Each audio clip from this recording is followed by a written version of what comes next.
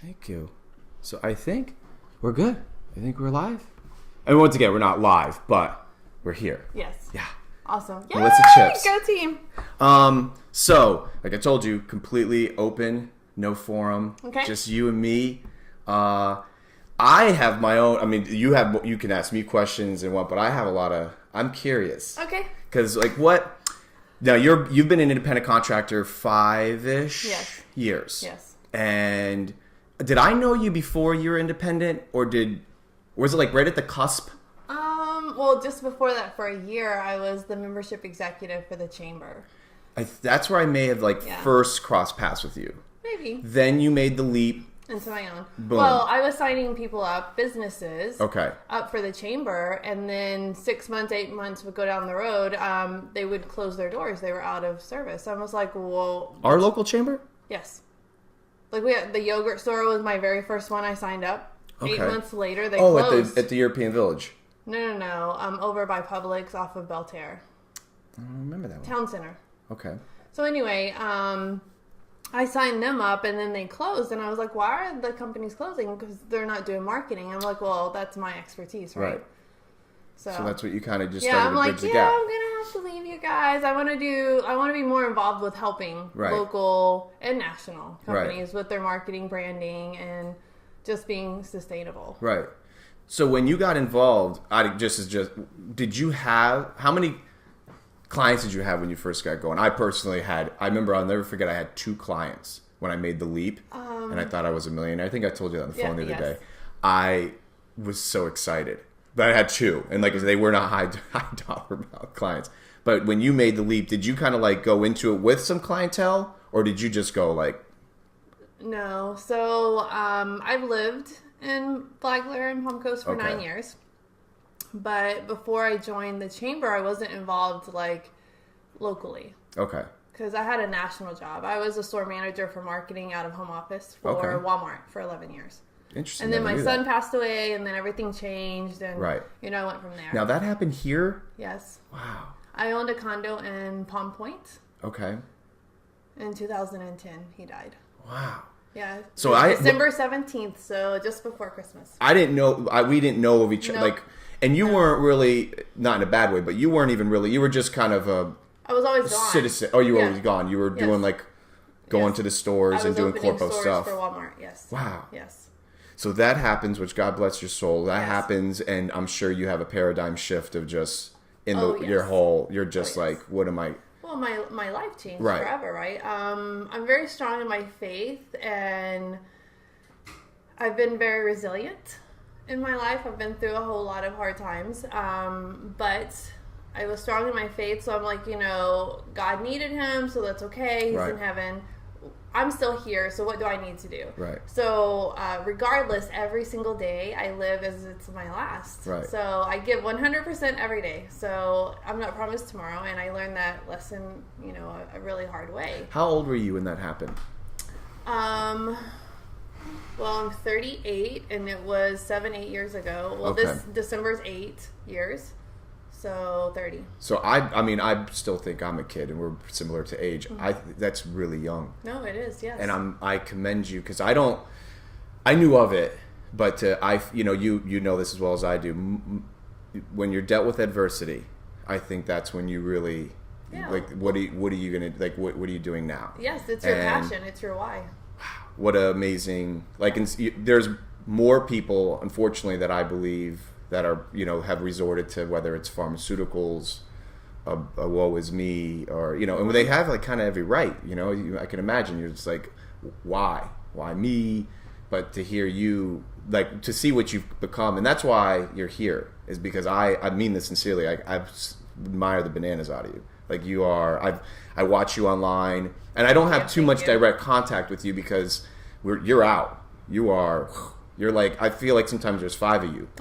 I swear, in a good way. Everybody says that. You're everywhere all the time. But to stay, and let's just, granted, I guarantee, we all know you have your poopy days and whatnot. Oh, of course, we all do. But for you to keep it rocking and keep, I think you've morphed into, from my perspective, I think you've morphed into your product. Mm-hmm. And I was talking about that on the phone the other day, like, and that's what I think we share that in common. Like, we service our clients, we have a we have not necessarily tangible, even though we may do graphics and flyers and stuff here and there, but it's us, and it's tough though too, because you got 10 fingers and you have to kind of know your limitations, right? Yes. Did you at one point, so let's just speed track, we're 5-ish years in business, boom, Melissa Chips. Yep. Now I recognize you kind of changed your brand, and you're evolving, and now you're going like, when did we go Wing Woman? Because I like that. It's always been Wing Woman. It's always been Wing Woman. Something's new though. Something's been. Yes. So Wing Woman for Hire. The reason I did that, everybody's like, "Oh my gosh, why'd you name your company that?" Well, let me tell you, I put a whole lot of effort and thought into it. As I do everything. I came from aviation. So your wingman keeps you soaring, and that's what I do for businesses, right?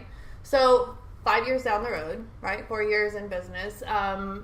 I think your business model always has to change. You have to adapt and move. If the adaptability makes you sustainable. If you're not easy to accept change, then you're not going to do well in business, right? So, like right now, I do websites, SEO, search engine optimization, social media management, anything they need for branding or marketing, right? So what happened is probably in the last year and a half, I've seen I'm helping companies and their revenue and their growth, and they're doing phenomenal, but the actual people behind the company are not doing phenomenal. Like the individuals themselves. Personally, right? So they're overweight, they're not healthy, they're depressed, anxiety, all of this stuff just keeps growing. Right. And I'm like, well, what's the backbone, the nucleus, the heart of a business? It's the people, obviously, right? So my business, I'm a business consultant, but I've also added the last year, it's business and personal growth consultant. Right. So I'm trying to help people live a happier life because then everything else falls in, because it's all about balance. Yeah. It's important to exercise. It's important to eat healthy. It's important to be social. A lot of people aren't. They think online is reality, and it's not. Learn to live that balance so that you can live happy. And that's what we were talking about on the phone the other day. Yes. How you're, on a personal level, you're become a huge cycle enthusiast. Oh, yes. And because of that, I think you've realized, that's what keeps you just be able to disappear for a minute here. Yes. Right? Yes. I leave it on the pavement, right? Yeah. So everybody has stress. Right. If anybody tells you they don't have stress or their life's perfect and everything's peachy keen, they're lying, because it's not true. Everybody has problems. Right. It's just, how do we handle that? It's not what happens to us, it's how we react to it, right? So when my son passed away, I did not take care of myself. I was not in shape. I was grieving, of course. Whatever. You're sitting in the house crying. That's what happens. I've always been very athletic. I was a runner in high school and in college, basketball, baseball, every athletic thing I could get into, I did. So I started running again probably 3 years ago, and then I jumped on a bike. It was like just a beach cruiser or something. I was like, oh my gosh, I really like this, And then I bought my first hybrid. I'm like, oh, I really like this. So now that's where you start to lose me. The hybrids is probably like Superman bicycle. Well, it's a medium. So the hybrid doesn't let you stop pedaling. Like, you can change the tire to make it standard, but hybrid, you just have to pedal, right? All right. I'm like, okay, I like this. It's awesome. I would run an hour or so and burn 500 calories, or I would ride an hour or so and burn 1,000 calories. I was like, oh, this is much more efficient, more effective. I thought it would be the other way around. Not at all. And it's less damage on your joints and your body. So I was like, I really like this. I started getting in shape. Like, I'm in the best shape of my life, right? So I'm like, I like this. So then I bought my road bike. Oh my goodness. Now that's the Superman bike? Yes. Okay. I love that bike. So since then, I've been cycling as a cyclist for a year, I would say. I cycle 25 miles a day. Yes. I run I Love Cycling page. So that's you. That's something that's mine. It's over 200,000 followers. Right. Like motivation, like we keep each other going. Right. You just have to find that passion. And like I tell everybody, I don't cycle for exercise or to burn the 1,000 calories. I really do it to leave it on the pavement. Right. If I'm trying to work through the graphics or a website, or I'm trying to work through a problem, like I'm a single parent. Right. I'm an entrepreneur. I don't work for anyone else. Right? If I don't make money, I can't feed my daughter. Amen, like, sister. That's a whole lot. Right? Yeah. Like, that's a lot to take on. So all of that's stressful, but it's balance, right? So that hour a day, an hour and a half, my 25 miles, an hour and a half, and I only ride on the trails because I don't want to die on the road, right? So that's my me time. And a lot of people don't do that. Like if you don't love yourself and you don't take care of yourself, who's going to? So because of this is what started to probably bleed into hypothetically you're meeting with me, I'm a client, and I'm, I want XYZ, and you're like, absolutely, to do this, but because you're a lover and you care, you are going to be, after maybe the umpteenth meeting, we have a relationship now, and you're like, yo, Chenz, or we're out on a lunch meeting or something, and I'm just housing like the third burger and it's sitting, and you're like, listen, I think it's gotten to a point where I'm comfortable enough to say, and I'm also complaining. I've kind of gave you a segue, and I'm sure, right? We hear a lot of that in the midst of servicing a client. We do get, I get personal because I'm not one of those. You ever heard? We hear that all the time. Business isn't personal. Yes, I have a hard time with that. And I'm not saying it's right, but at the same time, if I know a client of mine, for instance, a great example, someone hasn't paid you, right? And you find out that they've gone through a catastrophic event, whatever it may be, to them was catastrophic. I'm fine with that. I'm okay with that. I extend the same what I would want to, get in return. So let's just say he reaches out to me. He's like, hey man, I'm so sorry. It's been a couple months or whatever it is. I had XYZ happen. Dude, take your time because I'm personal. I'm not the guy that's like, well, the invoice has a 15-day period without, I don't do that. No. So my point is too, is like, you probably started to see that just like growing with these people, right?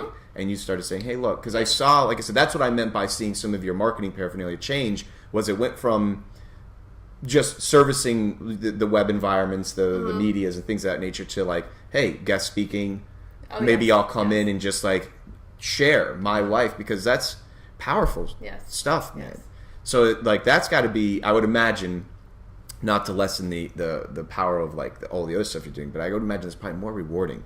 Well, here's the deal. Like, okay, business is personal. Anybody that says that, it's old school and they're out. I know. Okay, to say that, like all of those mentalities, like fake it till you make it, that crap's out. Right. Like transparency is key. People want you to be honest with them, right? Right. So business is personal.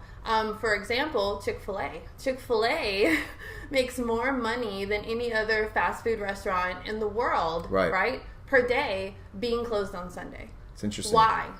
Oh, I'll tell you why. Just like Publix and Target does way more than Walmart. You know why? Because of customer service. Right? So my media, my social media, my websites, all of that, there's nothing templated, right? Like I need to meet with you. I need to know. I think your branding has to match you perfectly. People are always changing their brands or colors or this or that. I think that's chaotic. It needs to stay consistent. You can change stuff, but you need to have consistency throughout, right? Your website should match your social media. Your what you're trying to get across, your education needs to stay consistent. The continuity. Right? Yes, absolutely. Across the board. And so many things, like I call it the whirlwind. The whirlwind of life catches you, right? So like if you're going through problems at home, your business will start, it'll start being that, you'll see more negativity and more of this on their pages, or like, oh, you got to hold that back, and that's hard. But we have to take care of our customers and the people that we're around, right? So the reason I changed to start helping people is because I want to see a better world, and that starts with me and that starts with us, right? We all have problems. Like when people are sitting there complaining to me, they're like, oh my gosh, Melissa, I just can't pay my $300, I don't know, whatever bill, or they have a BMW, or they have this, and they're griping, and I'm like, sweetheart, it could be way worse. Like you could have cancer, your mom could die. Like there's a lot of things that could go on. You could lose a child. Are you kidding me? Like, you have a good life. You need to know that and move on. So it's all about perception and mindset, right? So I do a lot of public speaking. Like, I speak for Daytona, the Elevate Daytona. I do a lot of motivational stuff there, yes. I went and spoke for the Chamber of Commerce, like for the state of Florida in Orlando. Wow. I do a lot of things because mindset and perception is huge, right? So we can go into this saying, oh, even on business or personal, home or business, it doesn't matter. You have $1,000. Well, if you're looking at it like, oh man, I only have $1,000, I'm not going to be able to do crap with that. Like, I might as well not even start. I can't pay my bills. I can't. Yes, you can. Like, let's look at it a different way. it's not half empty, it's half full. What are you going to do with it? It's very powerful stuff. Right. Because I think we're living in a very, obviously it's unique to us because we're in this time, but we see it. We can log on right now, go on the Instagram and go on the book. And I mean, majority of people, and we do the same thing. We portray the best at that moment, especially us. I mean, there are some that are like, F you and the horse you rode in on. That I've never been that type. I don't think you're that type. Nope, but I also think that there's a really fine line and a mental balance between, for instance, if sometimes I look at my page and I try to make pretend it's not me. And I'm like, of course I hold myself accountable. I'm like a pretty dorky dude. I see some stuff. I'm like, eh. But it's making sure that you actually are happy with what you're really posting. Yes. And it's not just that, but it's like I've noticed, and there are a lot of people that just kind of, it's not real. No, it's not real at all, right. And it's all fake. It is. We have to be real in a fake world, right? That's what I say all the time. We've got to be real in a fake world. Yeah, because people can see that. It's interesting, and it's weird.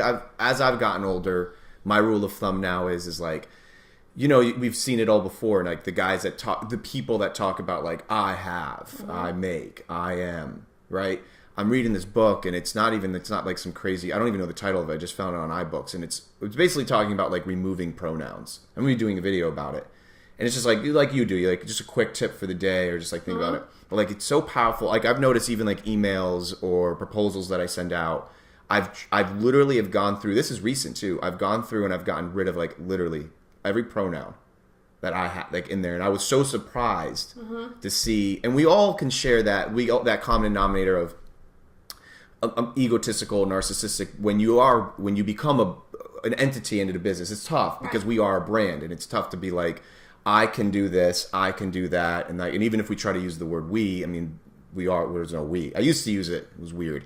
Like it was like faking it. It's like, we, my team can. It was stupid. It was a lie. I had no team. But that was years ago. But I've noticed that like the more, like you said, the more, like for instance, I was pushing these off more and more, like this podcast or this show. I was pushing it off and pushing it off. I did a couple of them, and I still have a few that I haven't even put on the page. Because I wanted the studio, I wanted to better this, I wanted that. And the other day I was like, screw it. I'm just going to do it. Yes. Like, I'm just going to do it. And so far I've been like inundated with great response. Like even with you, like it was like, I'm coming. And it meant so much to me because you were like, wherever, yeah, 100%. Like no apprehensiveness, which meant the world to me because it's like, wow, like I'm sitting here thinking like Melissa or someone would only come like once. I'm like, my studio is at location ABC, it's like, you were like, yeah, I'm coming, whatever. No, because you're genuine. Yeah. You really believe that though? I mean, yes. I don't. Yes. No. I feel vibes off people, and I live by my vibes. Okay. It sounds weird, I know. No, I get a vibe off people. If you're genuine to me.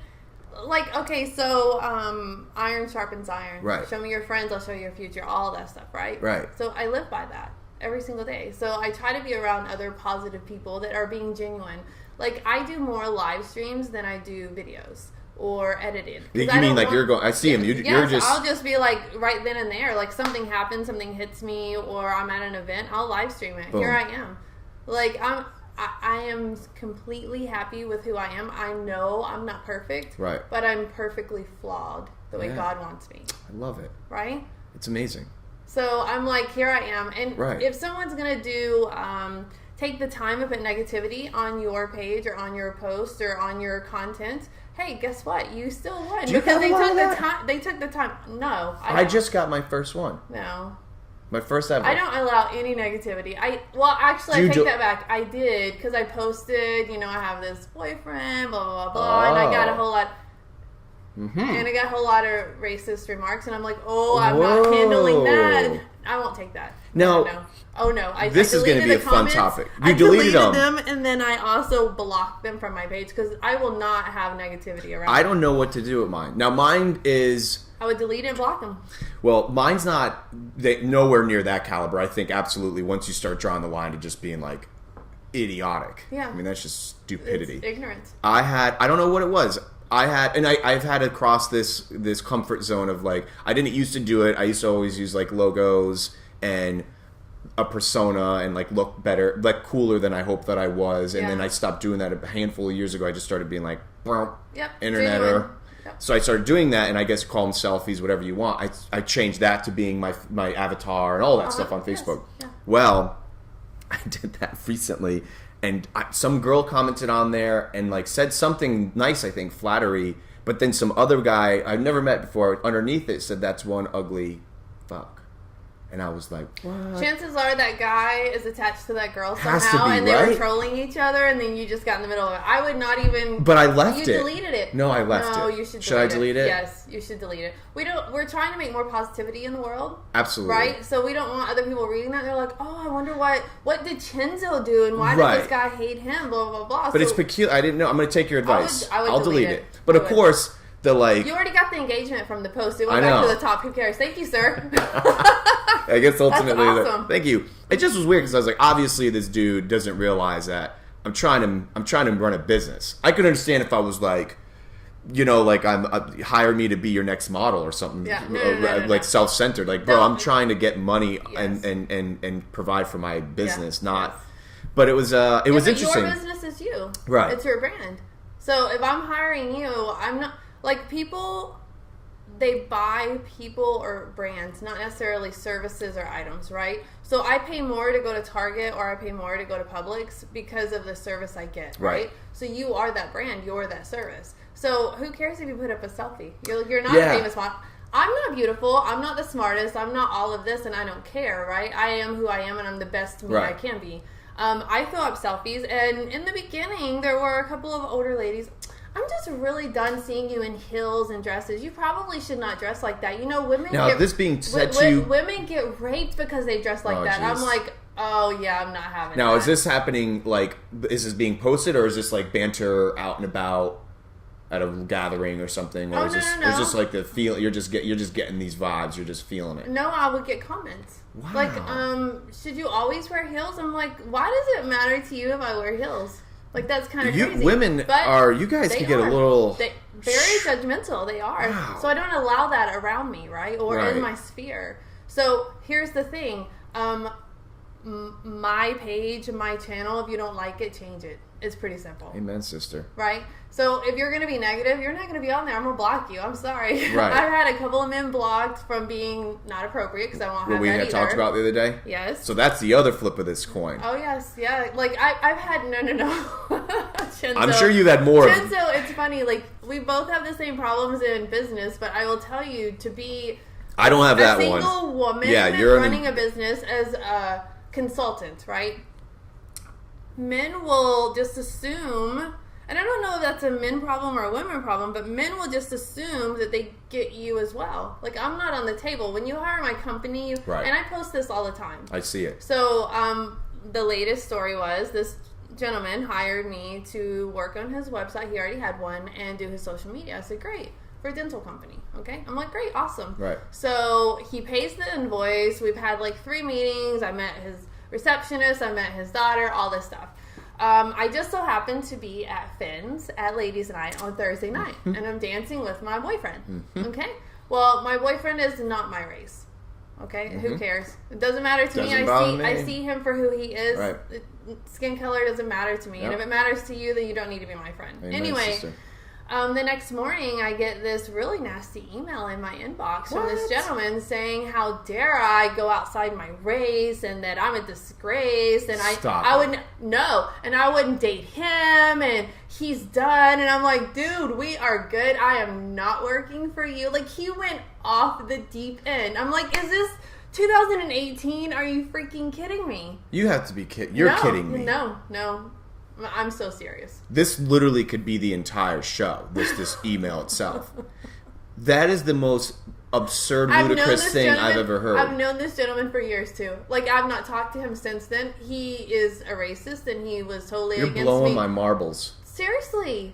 Like, it's literally, ignorant. like, this is unbelievable. Because I was going to talk about this, too, at some point, about just, like, the woebegones of being an independent consultant and having those phone calls once in a while that are just, like, not verbatim, but like, no. And it just rips your heart out, especially when you're like, what?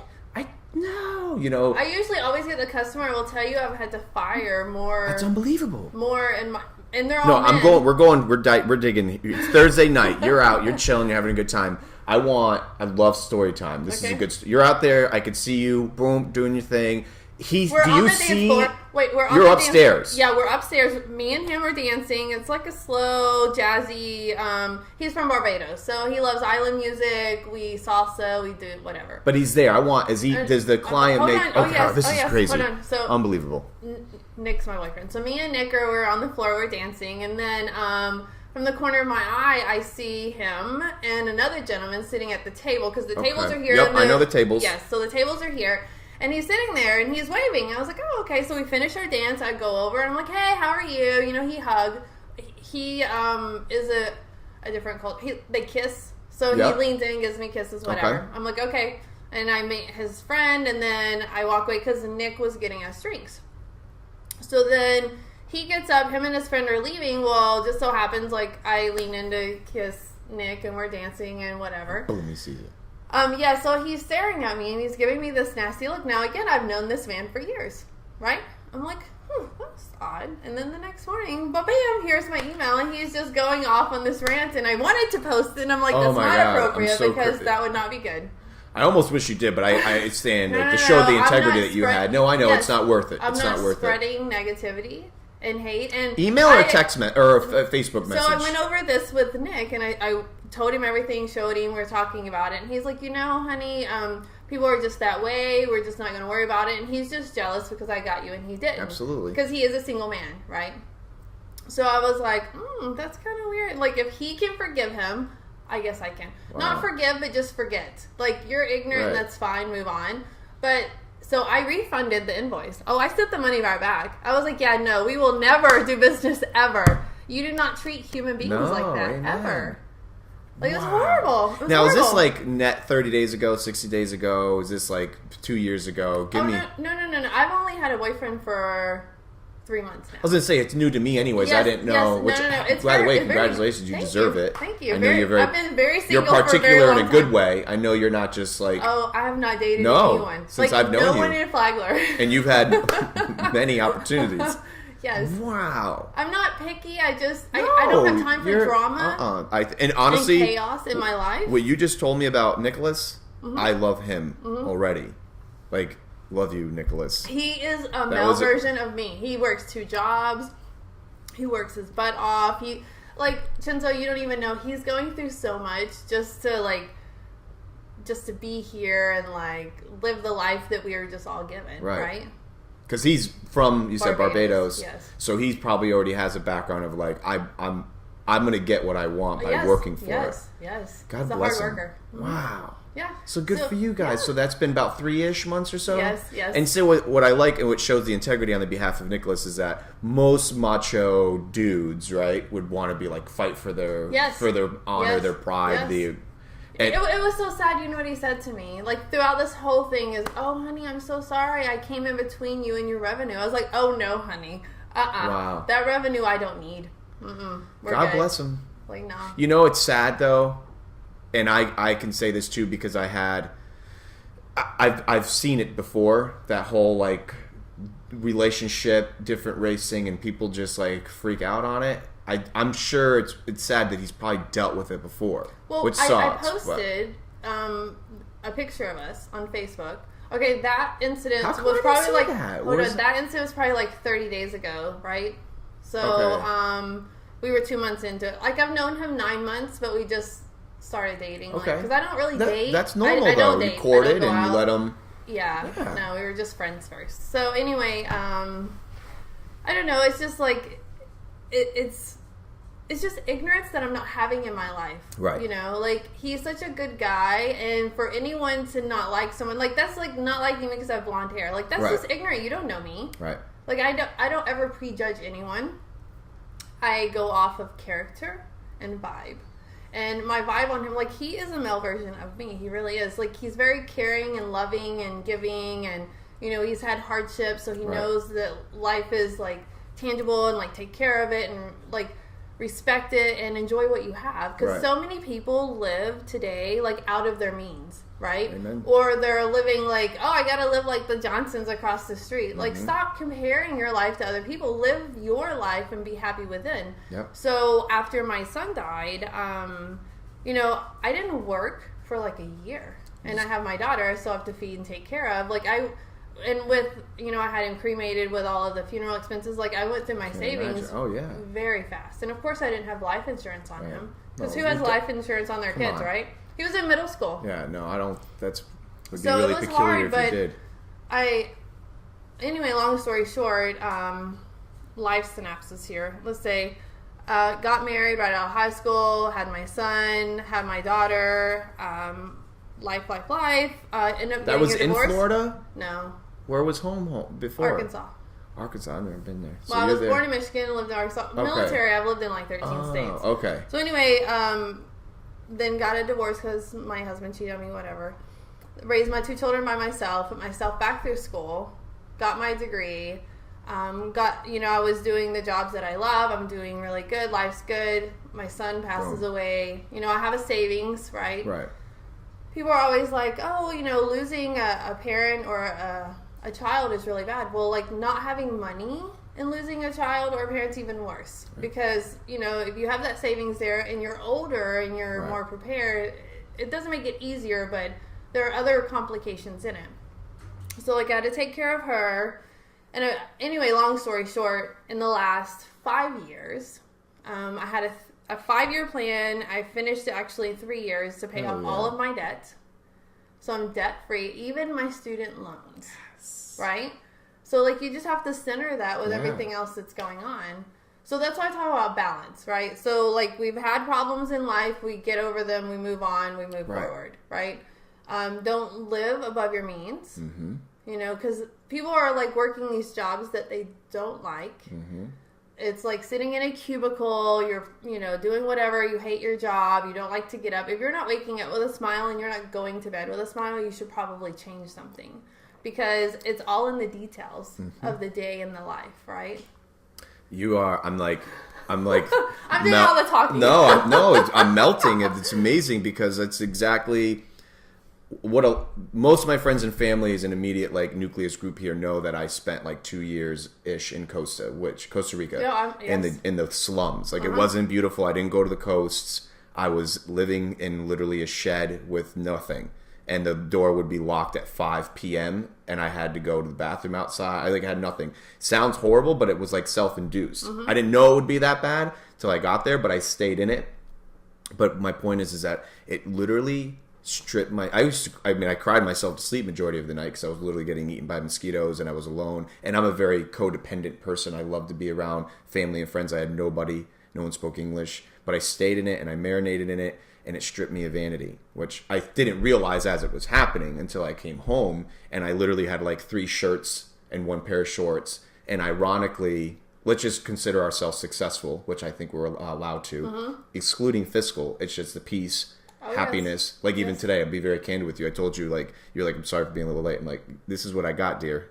This is my day. FYI, I was late because of biker week, because there was like 5,000 bikers, but that's good because we need it. But you know how to calibrate. Yes. And chill, and to know. That's what I was talking with. Have you ever met Brad Krischer? Yes. Super. Yes. He was on. I had him on the other day. We were talking about, like, just being able to what if you just wanted to take a day? Yes. You know, just and not have to lose your BMW payment. Now, granted, we keep using the car as a whatever as an example, but or groceries. Whatever it is, that's you know, the elephant in your life that's like, I gotta pay for this thing. Yes. I think it's fantastic that you are debt free, and that's an anomaly in itself. Yes. My student loans were like $90,000. God bless. But you see, I've had this discussion a lot in the last few. But I lived under my means. Yeah, but a lot of people don't do that. I just bought a new car a couple months ago. Beautiful. I drove my other car for 10 years. Yep. Like, nobody else drives a car that long. They're like, let's move on. You know. Did you see my amazing Batmobile? Yes. A 91 Chevy Cavalier that was given to me. That's awesome. So one of the things I've had people, you know, we deal with this a lot. I've had, like, superficial people sometimes like, I don't know, they'll be like, how do you what do you define success as? Or like, how did you get here or whatever? And I go, honestly, I'm 34 years old, and not because I'm wealthy, but I've given away 3 vehicles to people that needed them. Yes. I needed it too. I literally was carless, but it wasn't. They needed it more. I did it behind the scenes, gave it to him, and it literally, I knew behind the scenes that the guy upstairs, what you treat people the way you want to be treated. Karma. And literally, I've never had a nice car. I had a nice car for a little while with my grandfather when I was younger, but that didn't count. It was his, and he let me use it. But my point is, you get what you need. Now, see, you transport a lot. I see you everywhere. Yes. If I needed to, I probably would have a nice vehicle that looked good and was fun, and you have the top down and you enjoy yourself. Now, me, I would hope my immediate, especially my wife, she'd be like, "Why did you just imagine me drive home with this thing?" Well, with me, I rewarded myself. You deserve it. No, because my daughter, like, I'm a single parent. Right. Worked my ass off to raise her, like, do the best I could as a parent, right? And to pay the bills and my business and everything. So I'm still in business, still paying my bills, taking care of the clients, taking care of people.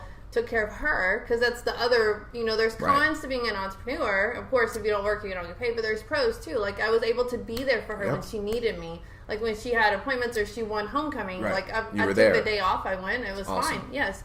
So the thing is she graduated with honors, like a magna cum laude, whatever, and she got these scholarships. She has the GI Bill too, all of this, and I was like, oh, I did good. Yeah. So, I've been driving the same car, it's starting to have problems.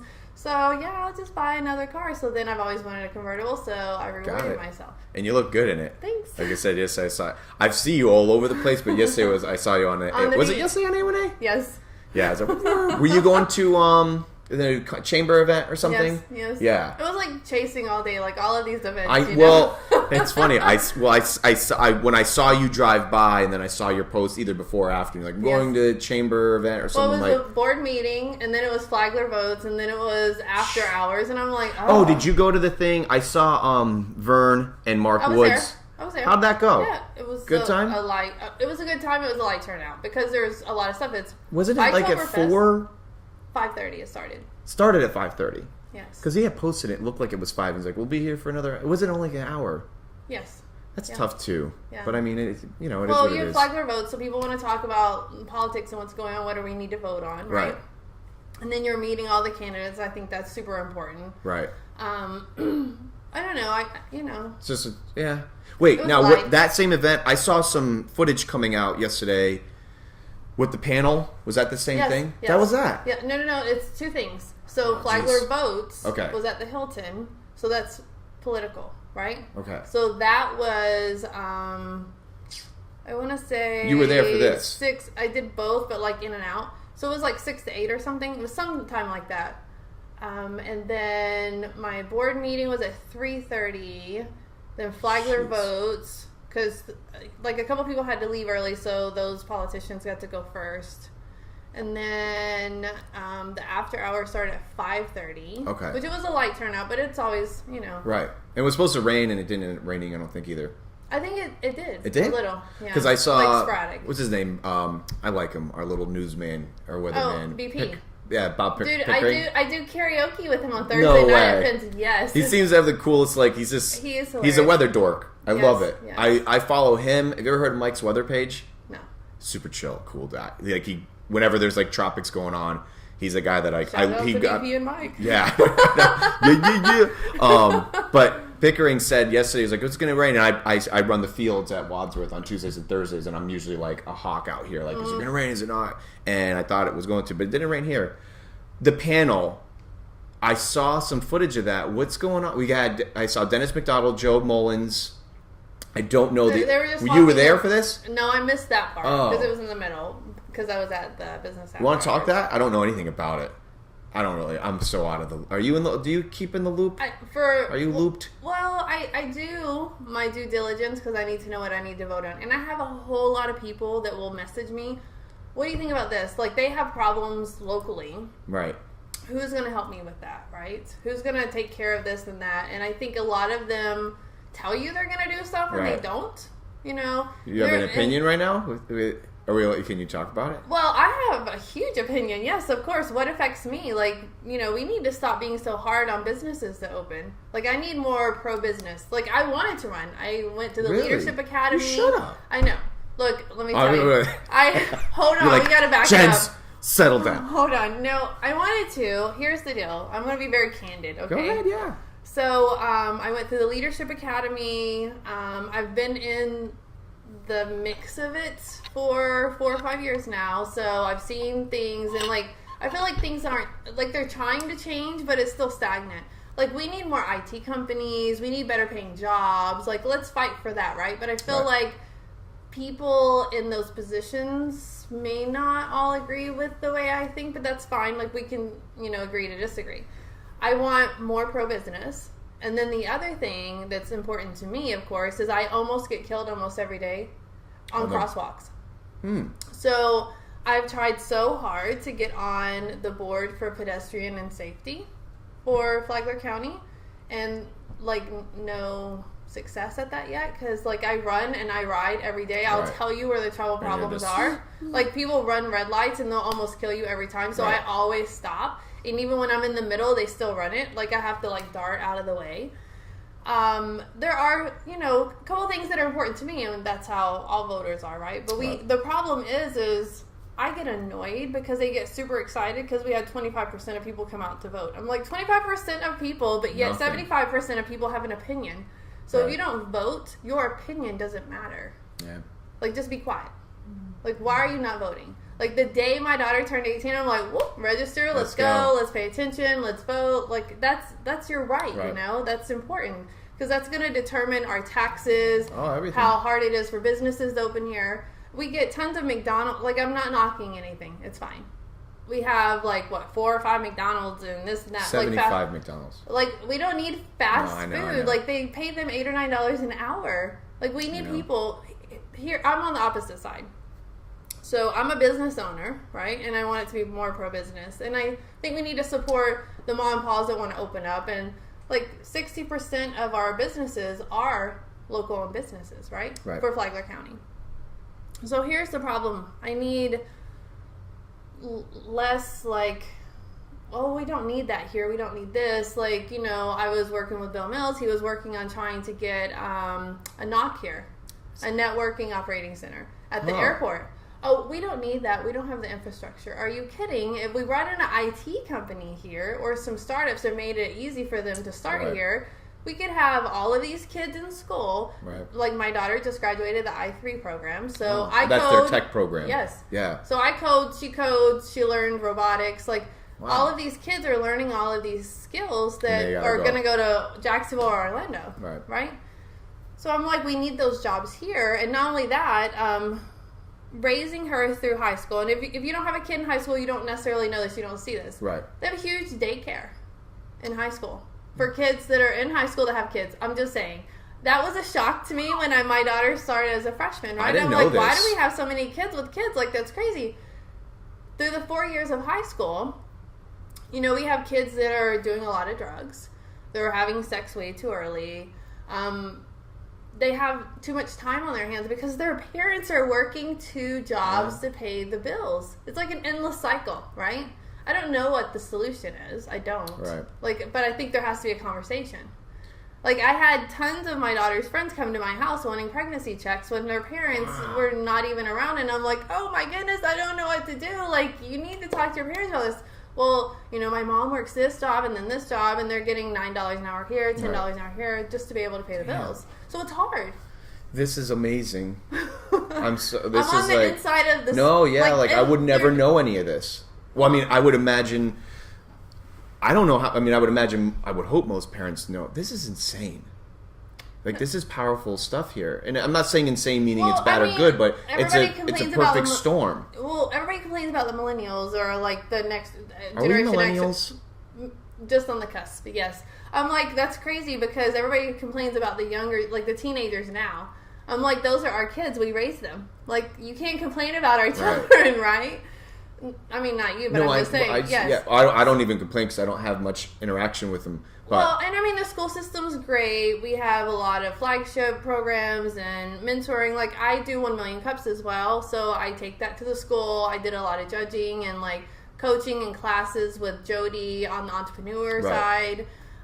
You know, not every kid is going to go to college. We need a substitute for them. Am I working at McDonald's today or am I going to go to college? Like, which one do I want? Like, there's other options. Like, they're working on it. And tangent, before I forget, because that was a powerful, I believe to be a fact. Out of your daughter's friend pack that she had growing up, a lot, like, you're telling me that most of their parents are, like, working. They're not home. They're not home. They're working the graveyard shifts, the this, the that, the 2-3 jobs. They're commuting to other places. Yes. Yeah. Now, that's not as surprising as it is the fact that that's probably what you're saying is the common denominator across the board of, like, them just making poor decisions. Well, maybe more decisions that are going to have a ramification. Okay, here's the difference, right? I don't have an experience in all children or all situations. But I was there for my child more than most because I work for myself. I have my office in the house. I'm there. Like, my daughter, like, I don't know that a lot of people know this, but she has high anxiety. She lost her brother when she used to have a sibling and then she didn't. Right? So, like, that was traumatic for her. So, the younger generation, and I'm very empathetic, sympathetic, whatever, with them, I feel like they have way more anxiety and depression than the rest of us did. And everybody's like, well, that's on them and they're spoiled. Like, there are children out there that are disrespectful, but I think a lot of them are trying. They really, really are. And I know that my daughter is and her friends are. But they have anxiety because they're in this tech world that they can't ever get away from. Right? So, like, bullying for us was just at school, we go home, we're good. Right. It's not like that anymore. Right? And then also, they're raised, like, comparing themselves to perfection on the internet. Like, okay, the angel, Instagram models. Yeah, well, the famous angel model, the world famous one. I can't remember her name. She's like the best, biggest, prettiest, whatever. She ain't that famous. I don't know. Hold on. No, I'm just kidding. Quitting. She resigns all of a sudden one day, and they're like, "What for?" She's like, "Because I have all this anxiety that I'm not good enough." Gotta be, You know, if she's not good enough. What are we telling our daughters? You know, that's crazy. So anyway, my daughter was bullied in middle school after losing her brother. Oh, shoot. But girls are mean. Like, I'm a girl. I'm going to tell you girls are mean. Regarding that? Or just like... in life. Okay, thank God. I was going to say, that is like, malicious. She was super skinny. Just whatever it was. You know, she's a very caring person, very honest, and she's not fake. So, she was bullied. So anyway, what I spoke on Elevate Daytona was her and how to stay positive and determined, right? So, like, all through middle school, I would put stickies on her mirror in the bathroom. She'd get out of the shower, she'd see them. I am beautiful, I'm smart, I love it. I'm confident, you know, hear me roar. Like, just whatever I could do to help her feel within herself that she was, her self-worth, right? So I feel like that's the other part of me changing my company is I see a problem, and that's why I started my company in the beginning. Right. You know, I saw a need in the community. Right. Right? Like marketing and business and helping people. I wanted to fill that need, so I did that. So in the last year, I've seen this other need. Like, it's way bigger, and it, like, weighs on me sometimes. Like, our girls and our boys, like, they don't have self-worth anymore. Because they're comparing themselves to what's online. This is not real. Like, 100%. These are filtered pictures, people. Right. Like, show me a live stream. Like, that's real. That's transparency. That's you being you. They're getting better at it. Like, just owning who they are, what's going on. I was just going to say, which your daughter's beautiful, and I mean that, like, sincerely. She's a beautiful girl, and is she finding her... That's what I'm saying. She has, but she still has anxiety. I'm like, okay, I look at it this way. My daughter has no problems. Like, she might have been a little skinny or something, right? Like, imagine if she did have missing an arm or this or that, something, Yes. Can you imagine? If the normal kids are bullied, like, anybody that needs extra love and care, like, oh my gosh, I can't even imagine. Well, that's something that that always weighed heavy for me, is that I was like, I'm sure everybody shared this in common, because Brad and I were talking about this recently too. About, did you get picked on at some point too in school? Oh yes. Okay, yes. so everyone. Well, that's what I'm saying. Like, I was probably a little overweight, even though I was always very athletic, right? Right. So I'm like, I'm jealous of my daughter always being super skinny, but she hates it because it's never yes. Girls with curly want the straight. Right. And So I have curly hair. She always wanted curly hair. She has straight. I'm like, no. So I had to try to help her grow into that. You know, that's like, as a child, I didn't want her to dye her hair or wear makeup. Right. Like, I need you to love yourself first. Right.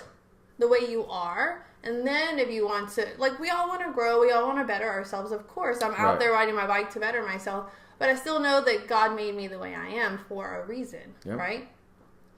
It's powerful stuff. I have, we have a very dear friend of ours who my wife keeps in constant contact with. And I'm not sure the actual ailment, but it's one of those tough ones. Is it cerebral palsy, that name? I think, where the muscles and then this. And God bless his soul. Like, when we don't have much interaction anymore because he moved for medical purposes to be more tuned in. The care wasn't here, so he's in. I think he's in New Jersey now. But to hang out with this guy on a date, like to go out with him, like we would go out, like, and he's my age. His flesh is messed up, so to speak, but he's funny as hell. It's the best because you learn to appreciate what you have. Oh my God, we'd go out, like purpose driven. But just like you probably are, you see now, because you may be the way society is. But we'd be walking into Turtle, normal day, and for him to get in there, it took a little longer. And you hold the and you could see, like, immediately some people were like, because he needed a little bit more space and this, that.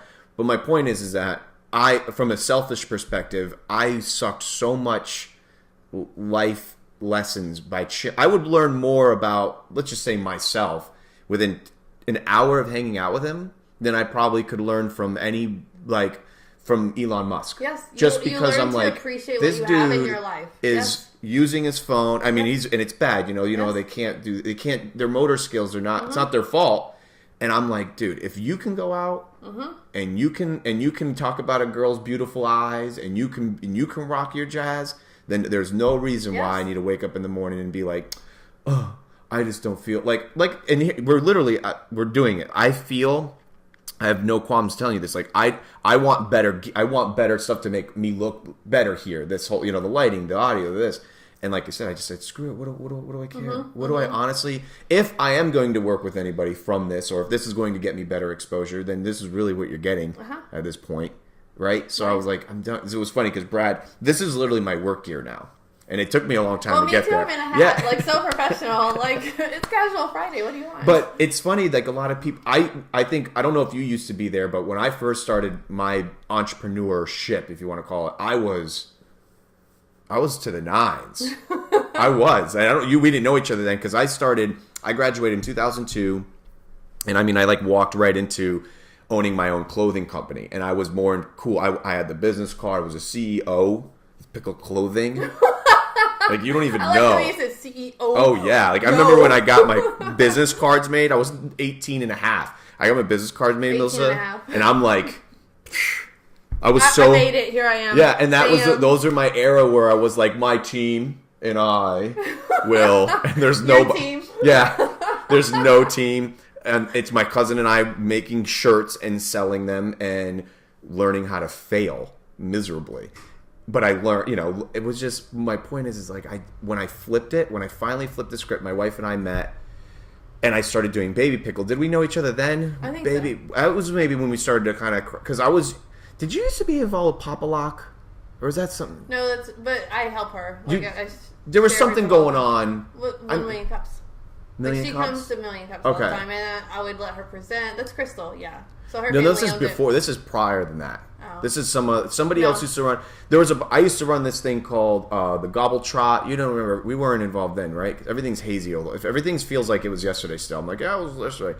But I used to run this thing. But my point is I started to kind of like brand the company as, hey, it's my wife and I, and my cousin. My cousin did all the graphics and helped me. But once I started to do that, it was just like probably anything else in life. Once you're like, no, I smell a little bit, and I like a nice glass of wine. People are like, oh, me too. And it just started to kind of like, let's just say explode, Yes, like it really was the tipping point for me with my product, the baby pickle jars. Like people were like, oh my God, you make them on your kitchen table? Give me 5.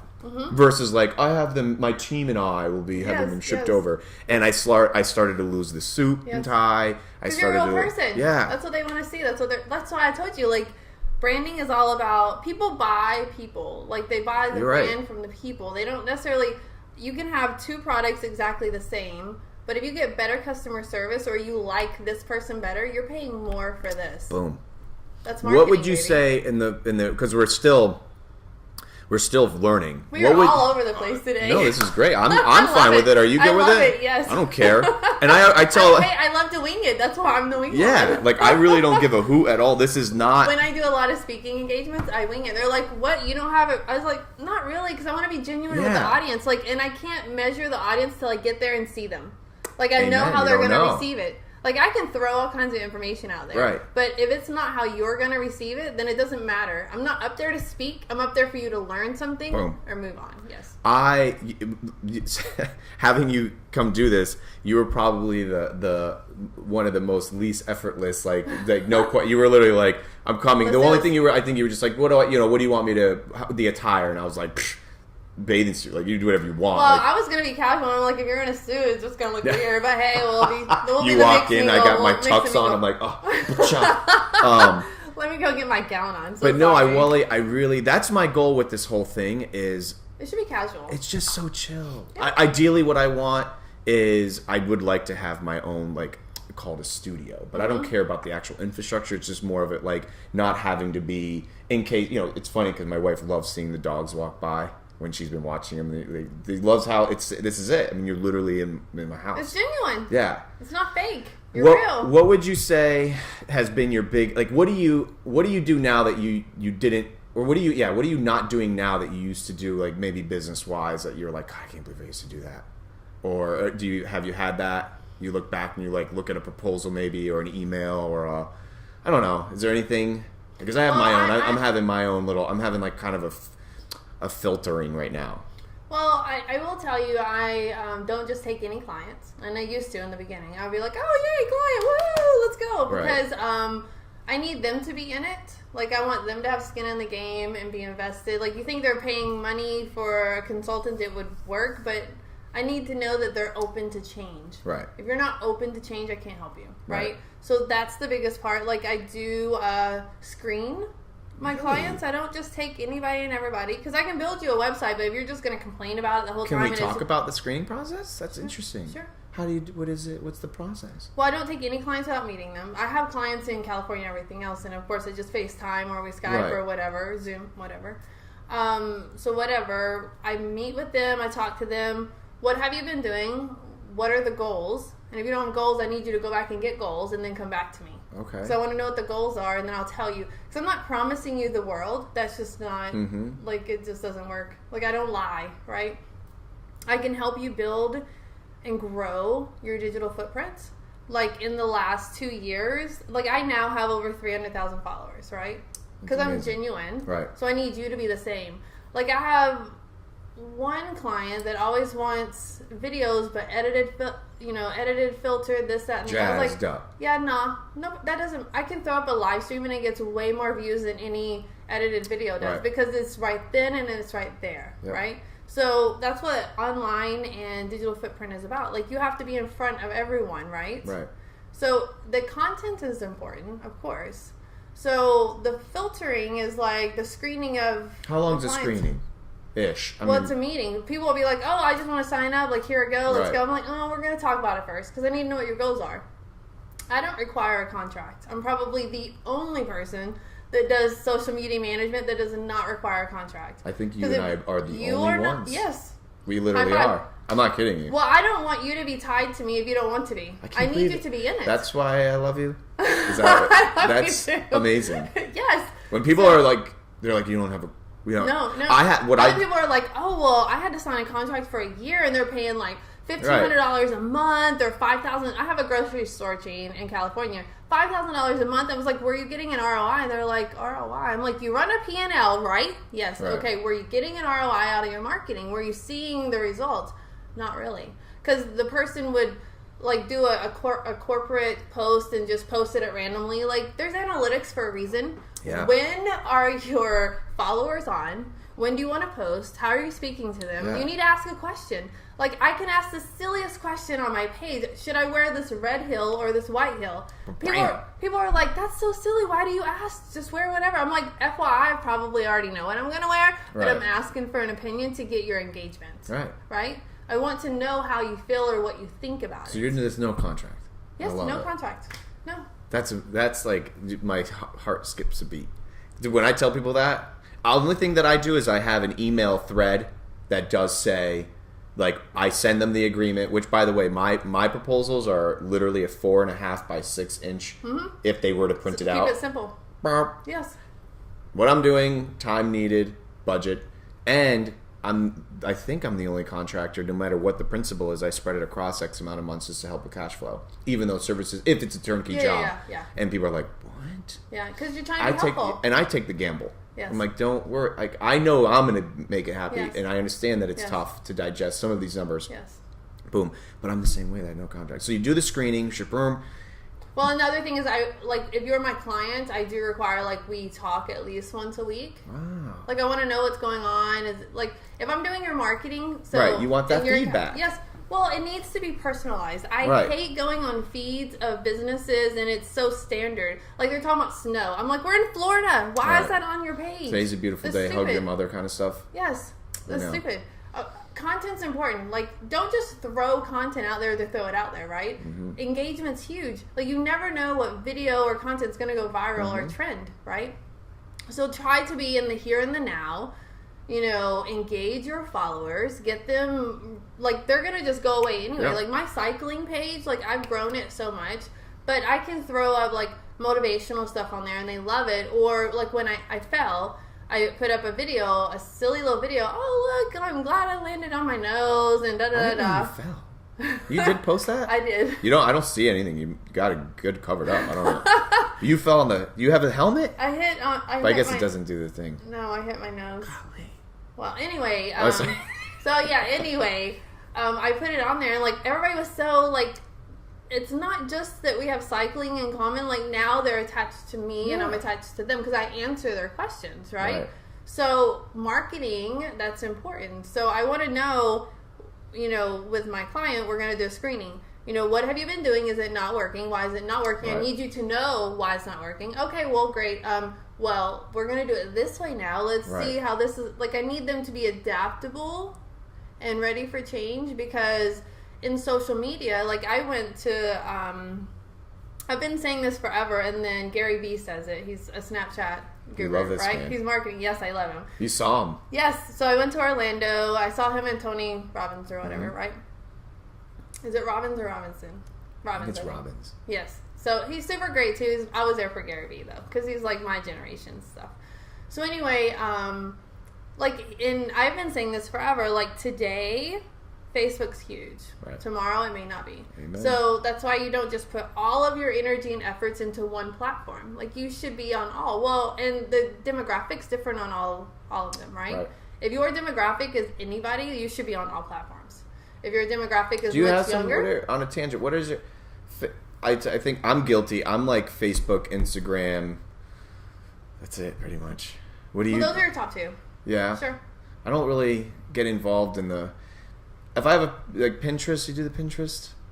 It depends on the client. I don't personally. No, I mean, like, clients. If they have like a product or. Yes. It's tough, right? Yes. Like, it all just depends. Yeah. Well, I'm big about reviews too. So I want to be where. Well, I think reviews help you. No. I agree with you 1,000%. Yes. So, it's huge just to make sure that it's all consistent and you're trying to be on all of them. So anyway, Gary Vee had said, you know, stop worrying about Facebook. So, like, he's huge on Facebook and Instagram too, but hey, guess what? MySpace used to be just as big almost, right? So, like, Facebook might not be here in 5 years, so we gotta work out our eggs marketing. In the basket. So, you know, a lot of the clients for me are older.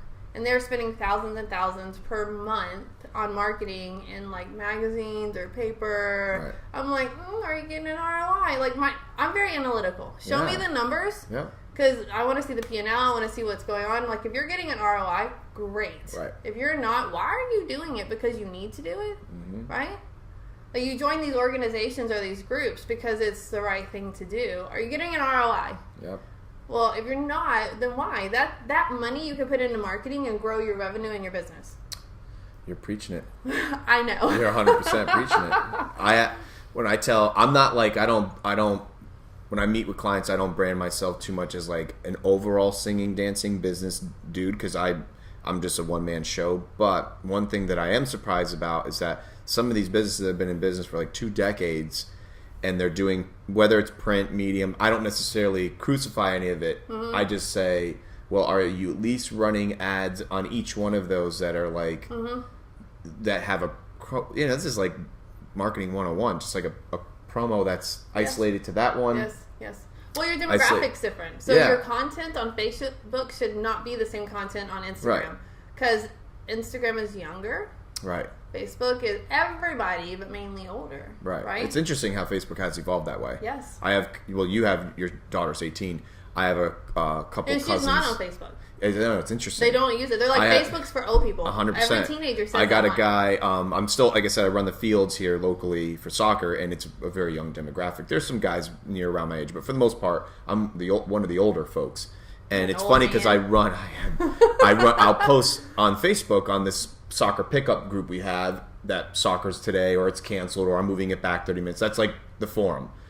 I have so many kids that come out there, or they're texting me and they're like, soccer on, is soccer on? And I'm like, check the Facebook. And like, I don't have Facebook. Yes, I'm like, they don't. What? They don't. To them, it's Snapchat and Instagram. See, the Snapchat. That's you do the Snap. I do. Are you snapping? Okay, so my breakdown, my opinion means nothing to anybody else but me. Snapchat is for back of the house or like inside information. That's like the behind the scenes. Yes, behind the scenes. Like you're going to the meeting. Yes. This is me. So it's like streaks, right? So like my highest streak. Okay. What the hell are you talking about streaks? Hold on. So Snapchat is for younger, right? Right. If you're a customer or a potential customer or client is a younger generation, if you're selling skateboards, you better be on Snapchat. Right. Like, why are you not? Like, you're putting $5,000 in Facebook and not on, Snapchat. That doesn't make sense. Is somebody own Snapchat now? Like is one of the conglomerates own them, or are they still their own entity? I think they're their own. I don't know. Interesting. I love it because this is what happens. So to be a good parent, I think you have to adapt and know what's going on. Talk to your children in a way they receive it, right? So I'll be very candid. Okay, I'm a very good friend to my daughter, but I let her talk to me about anything. I place no judgment on anything. I give her guidance, and I'm a mentor, right? So I think that. But she's not pregnant. She's not on drugs. She's a good kid. She's in college. She's got a full-time job. Like, she's a good kid. Obviously, that worked for her. I'm not saying that works for everybody. No, I understand. I discuss sex with her. I discuss everything, just out and out with her. So, she's not on Facebook. She's on Instagram and Snapchat. So, I got on Snapchat. Right. Like 4 or 5 years ago. I'm like, hey, what's going on with this? Yeah, I'm looking at her streaks and seeing what's going on. So that's what it is. So in the beginning, it was communication with her. So a streak is something. It's a routine that you have with another Snapchatter, right? So my streak with my daughter is like 800 days, right? So like we've snapped each other at least once every day for 800 days. I feel like an old man. Well, everything's always evolving. That's technology. That's the liveliness of life. But it's such a good way of an incentive if you keep using it too. Like you want to keep up the streak. Yes. Good for them. Yes. Snap it to chat. So now you have the Snapchat. So Snapchat is for like it's instant messaging, but you can't keep it, right? Is it? I know that much. No, yes, you can now. Oh, you can. Yes. But doesn't it alert you that I snapped you or whatever? Yes. But that's what it's for. Like, say you're a restaurant, right? Okay, and you are a yogurt shop or you healthy food. That's younger is gonna love that too, right? So like literally, you should be on all platforms. So Snapchat would be like, hey, you would take a picture of how that thing's made or video real quick. Right. Really quick, simple, short because it's video. It's like a 10, it's like 30, you could do up to like 30 seconds. Right. Yeah. So 5-10 seconds, whatever. Really short, sweet, to the point video snap that, put it on your story. Everybody that's on your story can see that. Boom. Right? They're like, hey, guess what? It's buy one, get one free today. Right. But I think the cool thing is that you keep emphasizing the fact that it is a younger demographic. Oh, and, yes. and that's a good thing. Well, you have to know. So you know your platforms. Yes. You have to know your demographic for marketing. If you don't, then you're just shooting in the dark. Right. Yeah, I'm guilty as charged. I guess I would have to say I've got a couple clients that have like a cool product that would cater, ironically, a skateboard client. Not a skateboard. It's like a long, we call it land paddling thingy. I don't know. But I hope he is. I'm not just handling just his social media. I hope he has somebody doing. That's interesting. Yeah, I'm guilty as charged. I don't do this. I don't well, do it. I think the biggest thing that it's a misconception is, and I've grown mine, so it works that way. Like, and my clients as well. Like, I've made lots of money and helped people grow and do amazing things, right? And they're still in business. And I don't normally lose a client unless I fire them. They don't go anywhere. No contract needed. Right. Because they're going to get an ROI. Right. So social media is an openness. Like this little thing right here can literally run the entire world. Right? I know, right? Like we take it for granted. We don't use it enough. So your platforms are not for you pushing a sell or doing this and the same thing. Like you're running a special for the week and it's the exact same graphic every week. That's boring. I'm not watching it. I'm unfollowing you, right? It needs to be about education, right? So if educating your audience. Yes. Boom. They don't know that they need your service or your product. You need to educate them. But don't be like a guerrilla salesman, because I don't like car salesmen and I don't want to be around it and I don't want it on my feed. So now with all of the things that have changed with the algorithm and all of the securities issues for Facebook, like the group regulations have changed, the way people advertise have changed. Like, have you noticed that business pages are just like, yes, I don't even think they exist.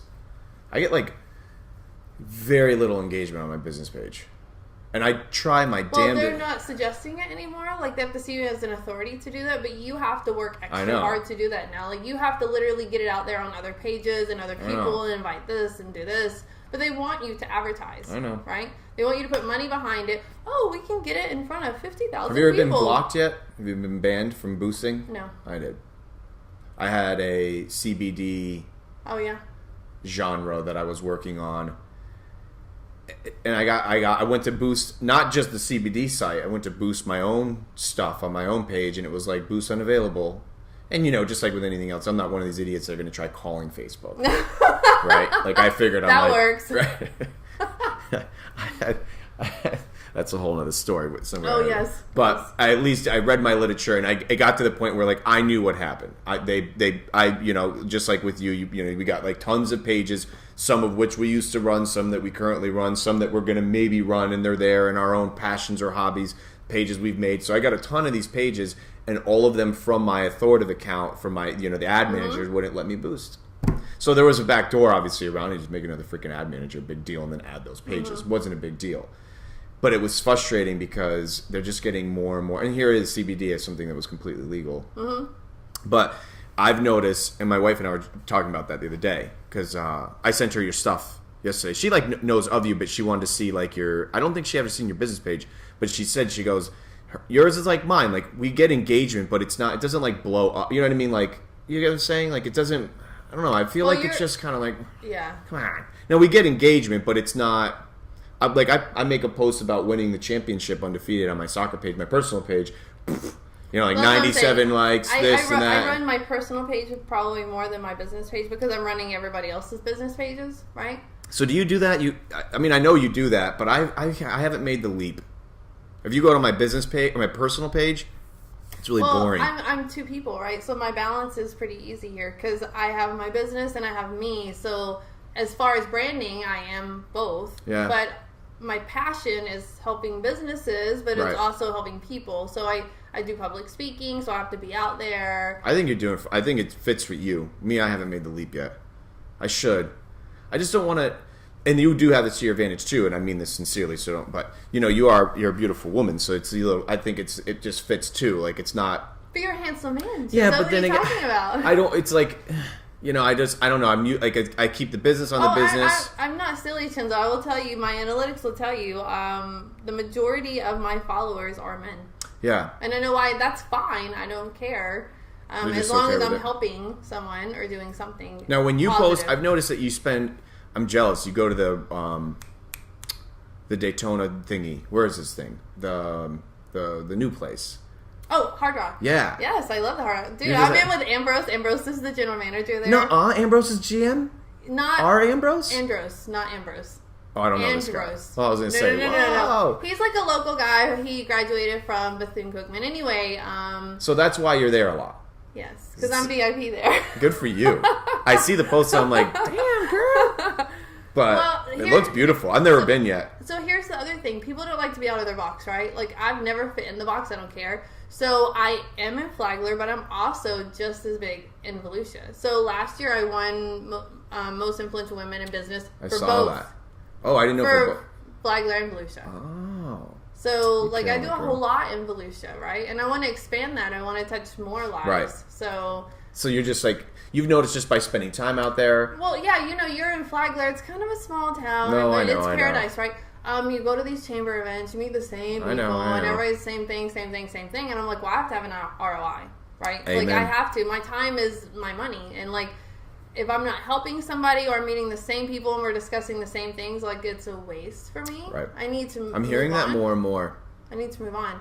So I go to Volusia, I'll go to Daytona, DeLand, I'll go to St. Augustine. I want to meet new people. Right. I want to hear new stories, meet new people, get new insight, and help new people, right? Social media is good on that. Like, I will be out and about in Daytona. I'll be at the Hard Rock or somewhere, and they'll be like, hey, Melissa Chips. I'll be like, oh, hey, hi. And they're like, hey, I follow you. I'm like, oh, my God, that's awesome. Thank you. Like, to actually meet them in real life is amazing.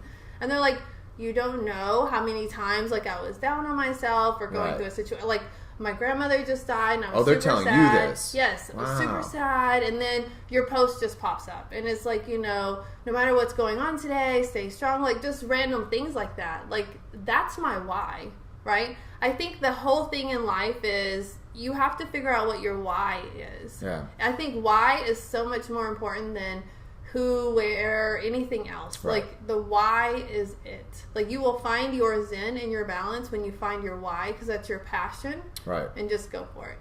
That's it. I have when I come into contact with, like, super, let's just say wealthy people, financially wealthy people, they're usually not even that happy here. But you have that, like, the stereotypical, like, how's your fourth quarter? Yes. Well, I have no idea.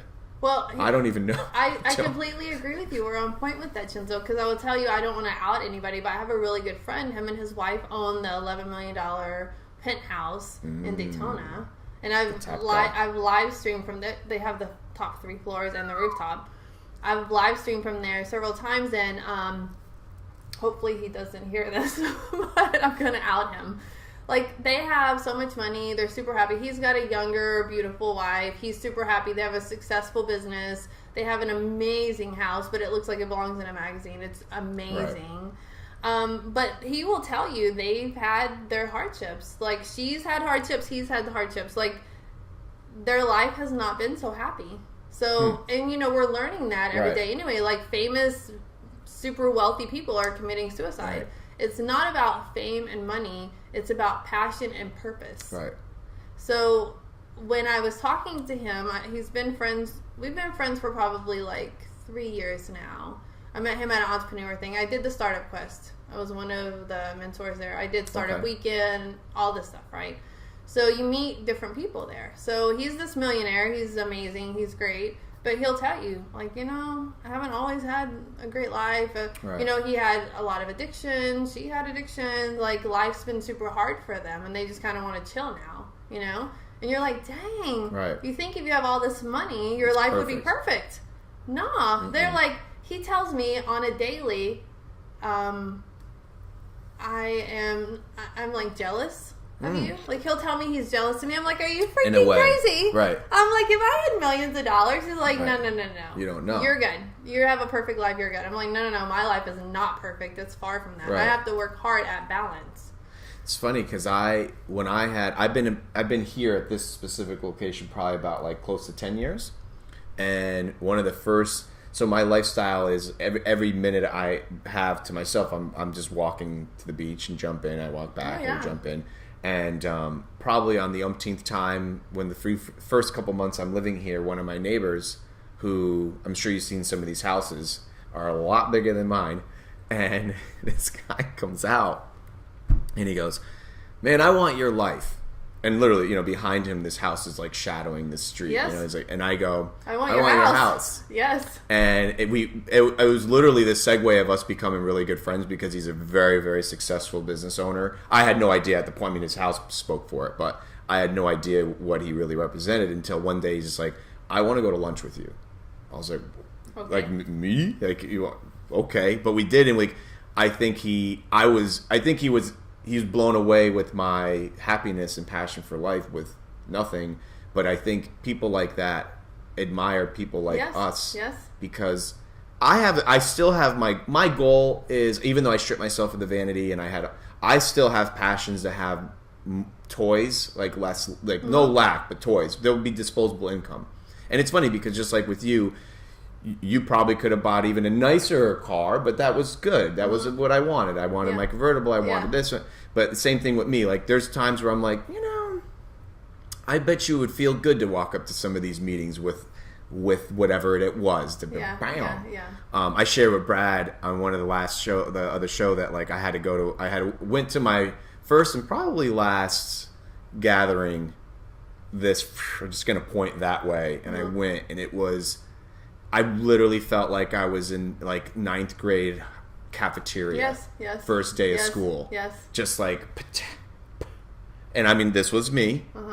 I was paying to be there, but it was like, and there was a part of me, my flesh, that I wanted to be like, if I would have walked in the other way. And it was funny. I actually, to be even more candid, I went to Target the night before, so I have no pants. I really don't. Chenzo's running around without pants. I went, got pants, and I got a jacket, like a sports jacket. Went to go that day, and I was like, "What am I doing?" Yeah, no. Like reality hit. I'm that's like, not you. I put it on, and I'm like immediately sweats beating. I'm hot, and I'm like not doing it. No. So I stood my ground, but I got there, and I was like, I felt like so inferior. But I left. And I was like, it's like you can't explain it, but do you deal with that a lot with all these things you go to? Well, I do. I'm the same as you, right? So like, people are always saying, I don't know how, because I ride every day, but I have to fit it in between my appointments. Right. So sometimes it's in the morning, sometimes in the afternoon, just whenever you fit it whatever. in. Yes, because it's priority to me. People are like, I don't know how you have time for that. Well, I don't know how you don't, because what's a priority to me is important, right? Right. So I have 3 priorities every single day. That's my daughter. So my child, right? I take care of her, my business, my clients, and my health and my life. Like, that's balance, right? So, but yeah, like, everybody's always like, I don't know how you can do it. How do you do all of this and all that? I like wearing heels. I like dressing up, but I'm probably in workout clothes more than I am the heels. So there's a balance there. Right. I would say people, perception. Like, they think you should be you should look a certain way when you go to certain things. I'm not going to do that because I don't fit in the box, right? And you can't put me in the box. I'm going to be me, and I'm happy. But yet, day after day after day, I wish I could be more like you. Right. Like, these people have these jobs to pay for, they have expensive houses. They're wearing expensive clothes to a job that they hate, but they have to have the job to pay for the stuff, for the car and the clothes. Fight Club it's slogan. Like ridiculous. The things you own end up owning you. Yes, it's ridiculous. Stupid. Like, I refuse to do that. Like, I know that I'm not promised tomorrow. Like, my son died in his sleep. Like, that's legit, right? His heart stopped while he was sleeping. Every night I go to bed, I talk to God, I tell him I appreciate everything he's done for me, and, I have a discussion with him, and I make sure that everything is in order from the day before. I never go to bed mad at anyone. I just let it all go. Because I'm not promised tomorrow. Right? So, like, that's huge to me. Why would I get into this debt and buy $1 million house? Like, I could have bought, like, I don't know, a Maserati, a BMW, something else. I don't want to do that. I pay cash for that. Boom. I love it. Do you know what I'm saying? Like, I don't want anyone else, and that's another thing, we were talking about politics or whatever. Like, I don't want everyone else in my business or my happiness telling me what I can and can't do. Right. I know what's good for me, and what's good for me might not be good for you, might not be good for my daughter. So that's the thing. Like, the biggest purpose in life is, like, I'm my daughter's mother, but I'm also there to mentor and guide her to be happy of who she is. I call her my mini-me. Right? I see that. I do. Online. She looks just like me. She acts just like me. But we are very different. Right. She's super shy. Right? And I cater to that. I let her do what she needs to do. She's not me. And I'm not her. So if everybody were more giving that way and just accepted people differently, like it would be a more caring and loving world. Right? Amen. When I get a lot of the people... I'm sure it happens to you too, but because I'm affiliated with a lot of these younger dudes, whether they're my soccer buddies or whatever it is, like the number one thing is like, bro, like how do you make money? How did you do it? How do you make money? Now they don't know. No one really knows what I make, what I don't. Because if you actually look at me in the public, you would think I'm broke. I'm like probably homeless. I wear the same shorts every day. People that have money don't look like they have money. Well, no, that's my point. But I'm talking about younger folk. They're like, oh man. But my point is that one of the things that I've said to some of these younger dudes that I have a little bit of relationship with is like, and I know it sounds so cliche because everyone says things that try to sound like super like help people, but it's like, how much have you done for somebody else in the last 60, 30 days? You know, someone that's going through like a huge carfuffle, like, oh my God, my life, my this, my that. And I'm not talking about if you're grieving for something, that's something else. But if it's like, my job, it's like, well, when the last 30 days, how much have you actually just like stepped away from that and like maybe bought someone lunch? Mm-hmm. Maybe went to lunch with them, give your life to, you know. It was funny because I was talking with Carla Klein, who had a fantastic, you know, we're of the age now where we know you really do get what you put out. Mm-hmm. But when you're a kid, you think that, you know, I'll just take this and it's not going to affect me negatively, whether it's theft or if it's just whatever, you know, just like you don't care. Mm-hmm. You're just simple-minded and, you know, your mentality. Right. Yeah. But it's amazing. Your daughter, is she getting the fever at all, you think? Is she kind of like, Ma, I kind of want to do, you know, because she's working her first job-ish. I think I saw you post. I feel like I've made more of an impact on her than I think that I have, which is super good. Yeah. Because I've tried to be super positive. Again, I just want her to be happy. I don't care if she has children, she gets married. And, like, here's the biggest thing. I have 2 children, my son and my daughter. My son died. I was so hard on him about grades. And he scored in the top He was older? Yes. Okay. 2 years. So, he scored in the top 1%. Like, he was taking the ACT and the SAT in 7th grade. Like, that's how smart he was. And I was pushing him. You were going to go to Harvard, MIT, blah, blah, blah, blah. And then you can't take that to heaven with you, right? No, so I'm like, dang. So I kind of changed. Like, I want my daughter to go to college. Now, again, I went to college. I was the first graduating person from my entire family. Wow. Like, right? Like, everybody went to college but never graduated. Wow. So I want her to go to college, but if that's right for her. So we have to stop putting these self-guided goals on our children and people around us, right? So whatever she wants, she wants. So my son died. She's like, hey, I want to be in a Disney movie. And I was like, well, dang, you know, amazing. What if she doesn't wake up and that's her one life goal? Like, she really thought she wanted to be an actress, right? I knew she wouldn't because it's too tedious. Yeah. But I was like, she has to learn that. So, like 2 summers after he passed away, we uprooted, went to San Diego. I played the part of an agent. Literally got her a job on a movie set. It was amazing. Really? Yes, we did it every day, every day, every day. She ended up hating it. I'm like, great, awesome. You showed her. Yes. I mean, it cost me a whole lot of money. It was super expensive there. And you're supposed to have an agent, but I was like so determined. Yeah. Like all night long, I would stay up sending emails and this and that. Like I would just bug people. I'd be like, I'm a closer, right? If I want something, I'm not stopping until I get it. So I got her in. She did it. She didn't like it. We came back. We were good.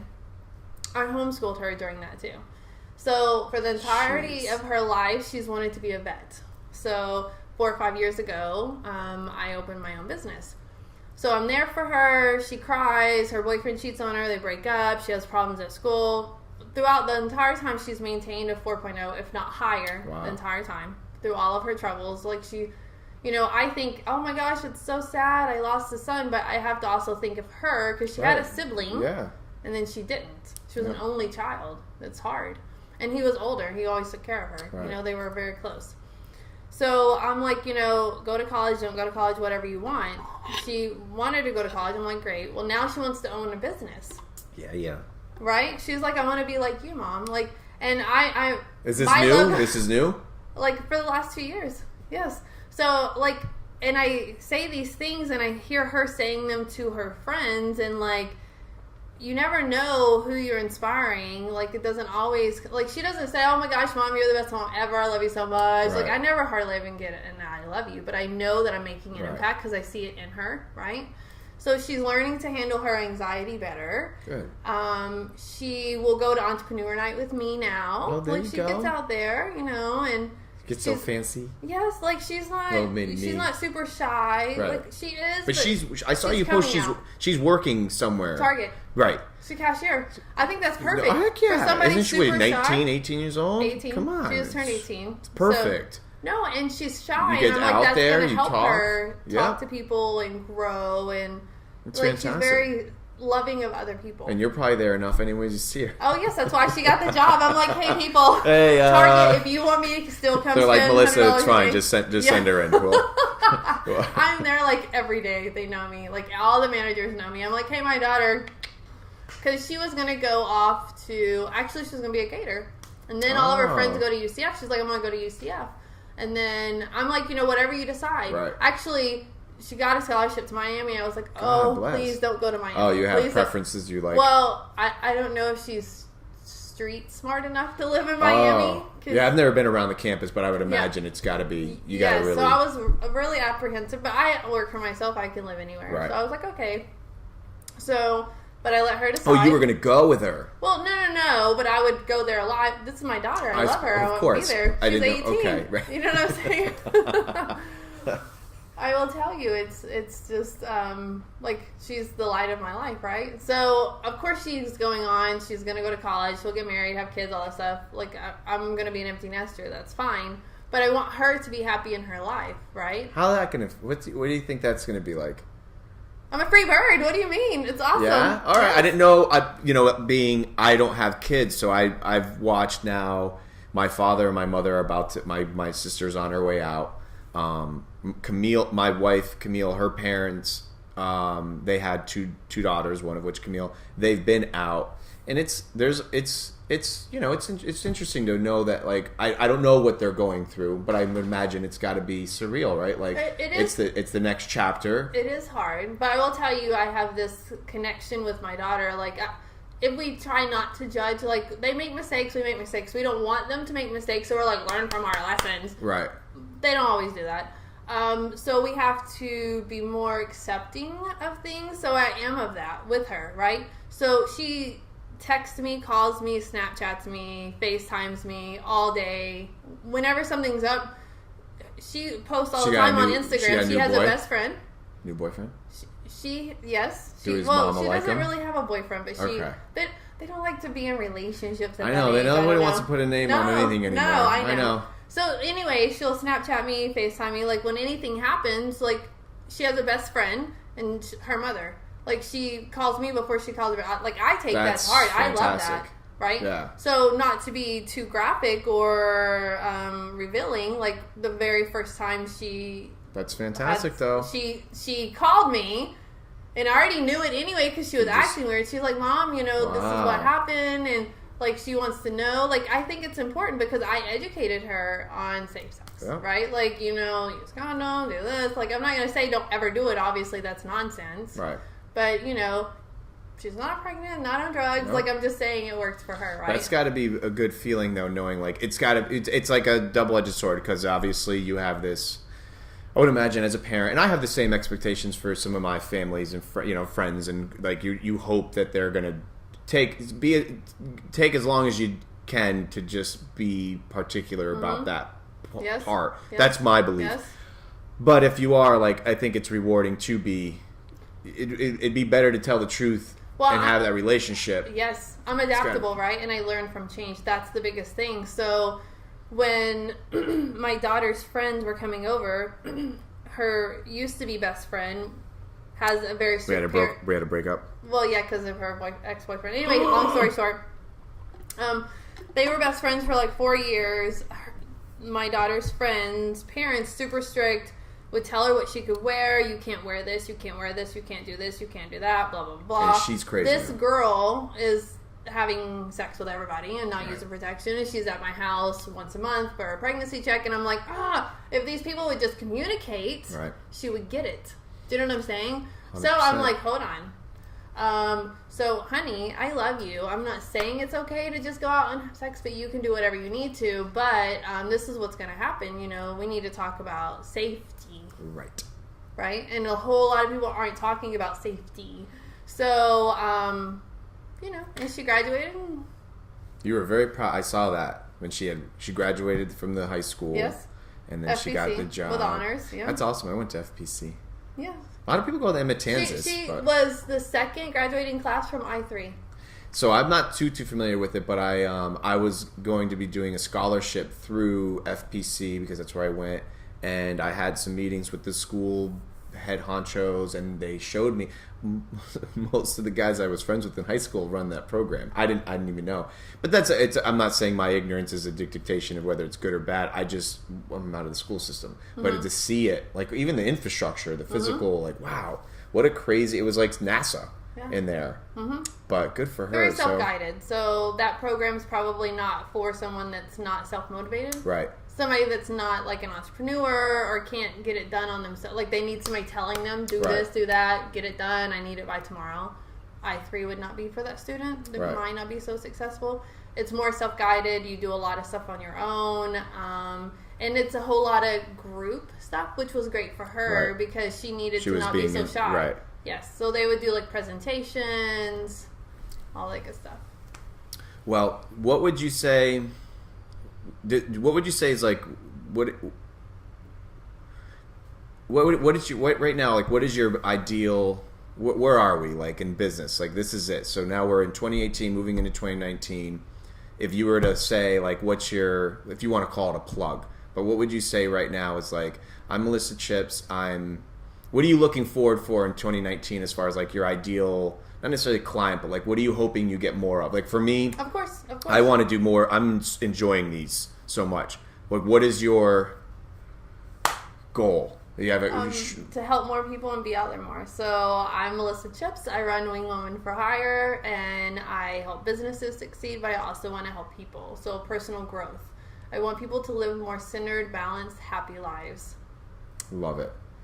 It was great talking with you. You too. We'll cut it. Sure. Go team. I think too the reason why, I think it's maybe my stupid computer is like